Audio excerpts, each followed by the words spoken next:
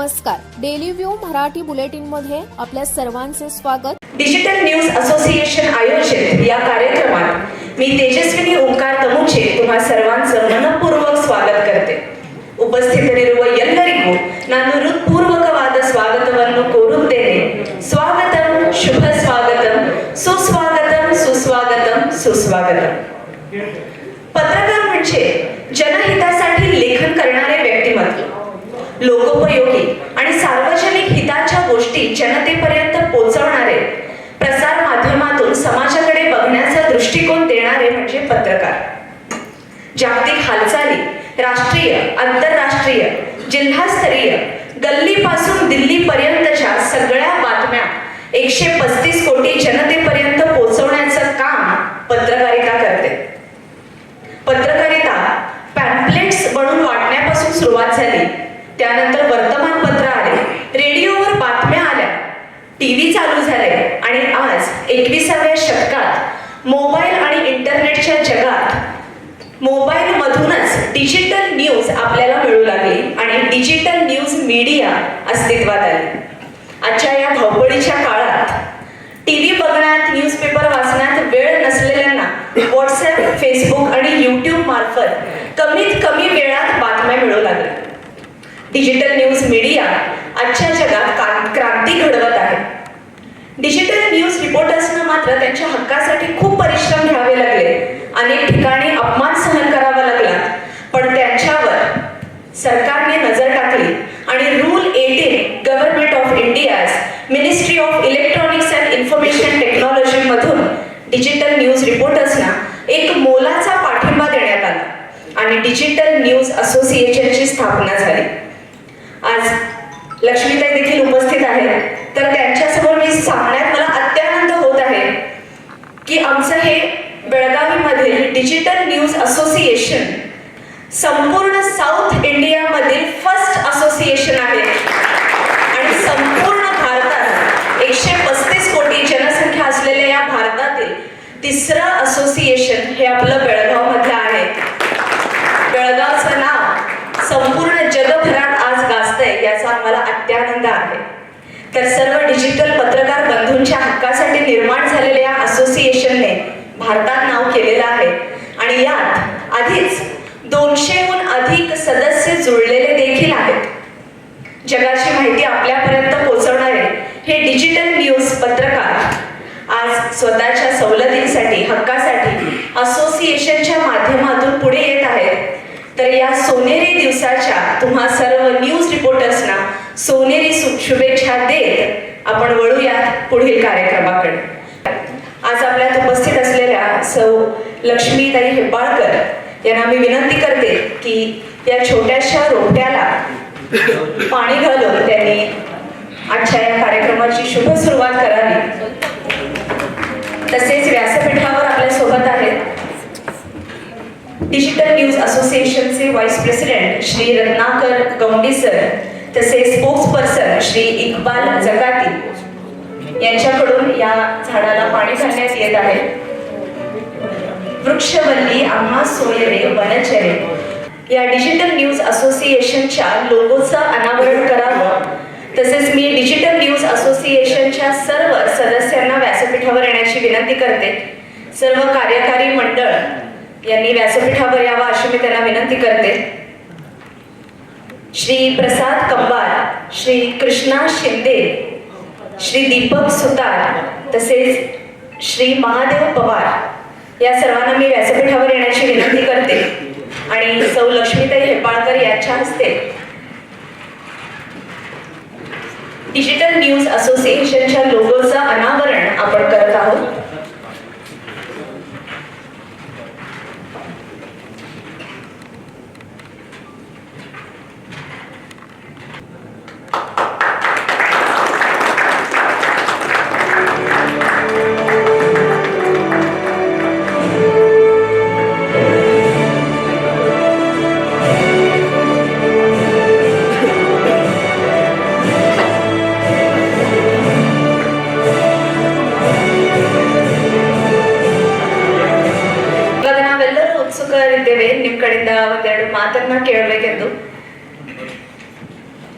So Lakshmi Hebbalkar madam ಅವ್ರಿಗೆ ನಮಗೆ ಉಪದೇಶಿಸಬೇಕೆಂದು ವಿನಂತಿಸುತ್ತೇನೆ. ತೇಜಸ್ವಿನಿ ಒಳ್ಳೆ ಉಪದೇಶ ಕೊಟ್ಲು. ಈಗ ನಾನೇನು ಉಪದೇಶ ಕೊಡ್ಲಿ ಅಂತ ವಿಚಾರ ಮಾಡ್ತಾ ಇದ್ದೇನೆ. ಎಷ್ಟು ಚೆನ್ನಾಗಿ ಮಾತಾಡಿದ್ಲು ನೋಡ್ರಿ ಅವಳು. 2 ಭಾಷೆ 3 ಭಾಷೆಯಲ್ಲಿ ಮಾತಾಡಿದ್ಲು. ಡಿಜಿಟಲ್ ನ್ಯೂಸ್ ಅಸೋಸಿಯೇಷನ್ ಆಡಳಿತ ಮಂಡಳಿ, ಇಲ್ಲಿ ನನ್ನ ಜೊತೆ ವೇದಿಕೆಯನ್ನು ಹಂಚಿಕೊಂಡಿರುವಂಥ ಉಪಾಧ್ಯಕ್ಷರು ನಮ್ಮ ರತ್ನಾಕರ್ ಅವರೇ, ಕೃಷ್ಣ ಸಿಂಧೆ ಅವರೇ, ಪ್ರಸಾದ್ ಕಂಬಾರ್ ಅವರೇ, ಇಕ್ಬಾಲ್ ಅಹಮದ್ ಜಕಾತಿ ಅವರೇ, ಮಹಾದೇವ್ ಪವಾರ್ ಅವರೇ, ದೀಪಕ್ ಸುತಾರ್ ಅವರೇ, ನನ್ನ ಎದುರುಗಡೆ ಕೂತ್ಕೊಂಡಂಥ ಎಲ್ಲ ಡಿಜಿಟಲ್ ಮೀಡಿಯಾದ ಎಲ್ಲ ನನ್ನ ಅಣ್ಣ ತಮ್ಮಂದ್ರೆ, ಕೆಲವೊಂದು ಪೊಲಿಟಿಷಿಯನ್ಸ್ಗಳನ್ನು ನೋಡ್ತಾ ಇದ್ದೀನಿ ನಾನು ನನ್ನ ಎದುರುಗಡೆ. ಯಾಕಂತಂದ್ರೆ ಪ್ರಜಾಪ್ರಭುತ್ವದ ದೇಶ ನಮ್ಮ ದೇಶ. ಈ ದೇಶದಲ್ಲಿ ಎಲ್ಲಿ ಪೊಲಿಟಿಷಿಯನ್ಸ್ಗಳಿರ್ತಾರೋ ಅಲ್ಲಿ ಮೀಡಿಯಾ ಇರುತ್ತೆ, ಎಲ್ಲಿ ಮೀಡಿಯಾ ಇರುತ್ತೋ ಅಲ್ಲಿ ಲಾಯರ್ ಇರ್ತಾರೆ, ಎಲ್ಲಿ ನಾವು 3 ಜನ ಇರುತ್ತೋ ಅಲ್ಲಿ ಪ್ರಜಾಪ್ರಭುತ್ವ ಇರುತ್ತೆ. ನಾವು ಈಗೊಂದು ಪ್ರಮಾಣವನ್ನು ಸ್ವೀಕಾರ ಮಾಡಿದ್ವಿ. ನಂಗೆ ತುಂಬಾ ಖುಷಿ ಆಯಿತು. ನಮ್ಮ ಕರ್ನಾಟಕ ರಾಜ್ಯದಲ್ಲಿ ನಮ್ಮ ಕಾಂಗ್ರೆಸ್ ಪಕ್ಷದ ಸರ್ಕಾರ ಬಂದ ತಕ್ಷಣ ಯಾವುದೇ ಒಂದು ಕಾರ್ಯಕ್ರಮವನ್ನು, ಸರ್ಕಾರಿ ಕಾರ್ಯಕ್ರಮವನ್ನು ಮಾಡೋದಕ್ಕಿಂತ ಮುಂಚೆ ನಾವು ಸಂವಿಧಾನವನ್ನು ಓದ್ತೀವಿ. ಸಂವಿಧಾನದ ತಗೊಂಡು ನಾವು ಸರ್ಕಾರದ ಕಾರ್ಯಕ್ರಮವನ್ನು ಶುರು ಮಾಡ್ತೀವಿ. ತಮಗೆಲ್ಲರಿಗೂ ಗೊತ್ತಿದೆ.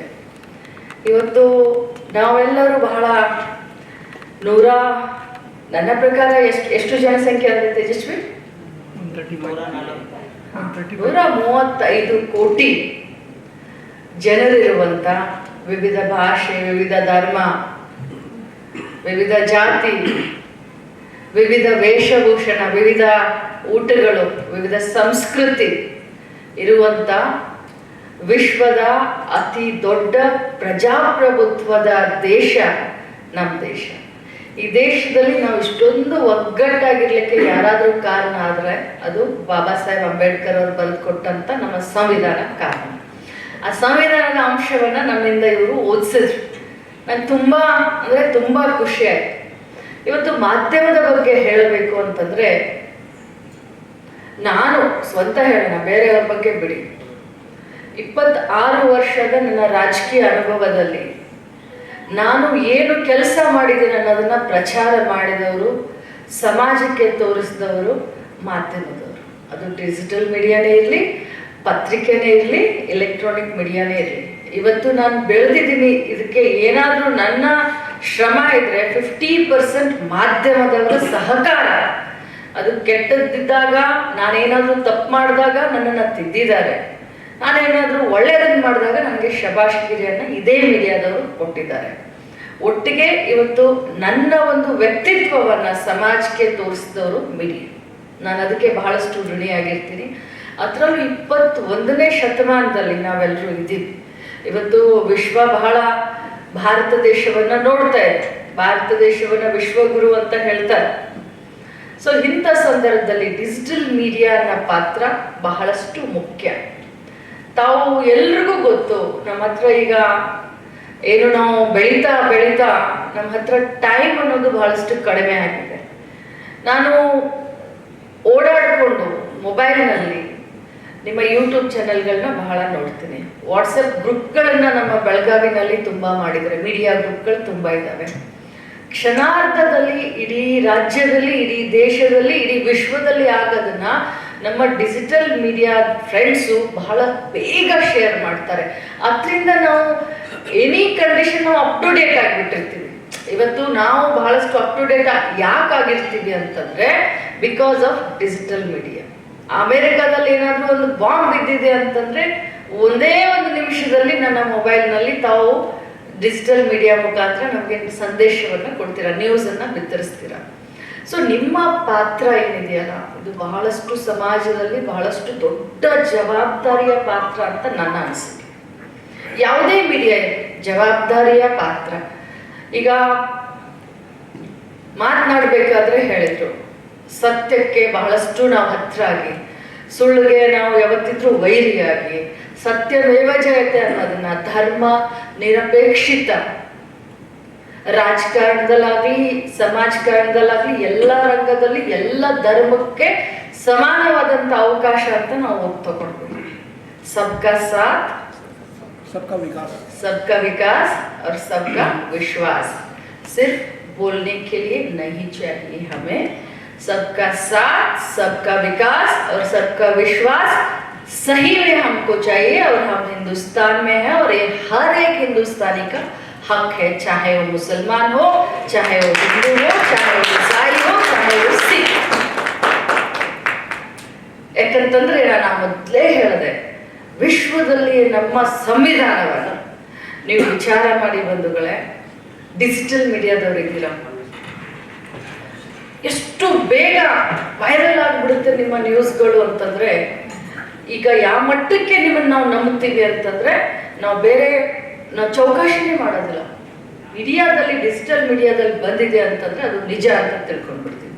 ಆದ್ರೆ ಸಾಮಾಜಿಕ ಕಾಳಜಿ, ಸಾಮಾಜಿಕ ಬದ್ಧತೆಯನ್ನ ತಾವಿಟ್ಕೊಂಡು ತಾವು ಈ ಒಂದು ಮೀಡಿಯಾವನ್ನ ಇನ್ನೂ ಉನ್ನತ ಮಟ್ಟಕ್ಕೆ, ಯಾಕಂತಂದ್ರೆ ನಾನು ಕೇಳಿದೆ, ನಮ್ಮ ಭಾರತ ದೇಶದಲ್ಲಿನೇ ಬೆಳಗಾವಿ ಜಿಲ್ಲೆಯ ಡಿಜಿಟಲ್ ಮೀಡಿಯಾ 3ನೇ ನಂಬರ್ಗಿದೆ ಅಂತ ಕೇಳಿದೆ. ಅದನ್ನ ಇನ್ನೂ ದೊಡ್ಡದಾಗಿ ನಾವೆಲ್ಲರೂ ಬೆಳೆಸೋಣ. ನಿಮ್ಮ ಬದ್ಧತೆ, ನಿಮ್ಮ ಸಾಮಾಜಿಕ ಕಾಳಜಿ ಅದನ್ನ ಇಟ್ಕೊಂಡು ಪ್ರಜಾಪ್ರಭುತ್ವವನ್ನ ಉಳಿಸ್ಕೊಂಡು ಪ್ರಜಾಪ್ರಭುತ್ವವನ್ನ ಬೆಳೆಸ್ಕೊಂಡು ಹೋಗುವಂತ ಜವಾಬ್ದಾರಿ ಬರೀ ನಿಮ್ಮ ಮೇಲೆ ಅಷ್ಟೇ ಅಲ್ಲ, ನನ್ನ ಮೇಲೂ ಇದೆ, ನಮ್ಮೆಲ್ಲರ ಮೇಲೂ ಇದೆ. ಅದನ್ನ ನಾವು ಮಾಡೋಣ. ಡಿಜಿಟಲ್ ಮೀಡಿಯಾ ಇನ್ಮೇಲೆ ನಿಮ್ಮದೇ ಏನ್ ಹೇಳ್ತಾರೆ ಜಮಾನ ಅಂತ ಹೇಳಲಿಕ್ಕೆ ಬಯಸ್ತೇನೆ. ಇನ್ಮೇಲೆ ಯಾರು ಕೂಡ, ಈಗ ನೋಡಿ ನ್ಯೂಸ್ ಪೇಪರ್ ಕೂಡ, ನಾನು ಬೆಳಗ್ಗೆ ನ್ಯೂಸ್ ಪೇಪರ್ ಕೂಡ ವೆಬ್ಸೈಟ್ಗೆ ಹೋಗ್ತೀನಿ, ಓಪನ್ ಮಾಡ್ತೀನಿ, ಓದ್ತೀನಿ. ನಾನು 8 ಗಂಟೆವರೆಗೂ ಯಾರು ಕಾಯಕ್ಕಾಗಲ್ಲ, because of our very busy schedule. So ಹೀಗಾಗಿ ಡಿಜಿಟಲ್ ಮೀಡಿಯಾ ಪ್ಲಾಟ್ಫಾರ್ಮ್ನಲ್ಲಿ ಎಷ್ಟು ಜನ ನೀವಿದ್ದೀರೋ, ಇದಕ್ಕೆ ಕೇಂದ್ರ ಸರ್ಕಾರ ಏನೋ ಇದನ್ನು ಮಾಡಿ ತಮಗೆ ಒಂದು ಗುರುತಿಸಿದೆ. ಸೊ ಮುಂದಿನ ದಿನದಲ್ಲಿ ನಿಮ್ಮದೇ ಪಾರುಪತ್ಯ ಇರುತ್ತೆ ಅನ್ನುವಂಥ ದೃಢವಾದ ವಿಶ್ವಾಸ ನನಗಿದೆ. ಯಾಕಂತಂದ್ರೆ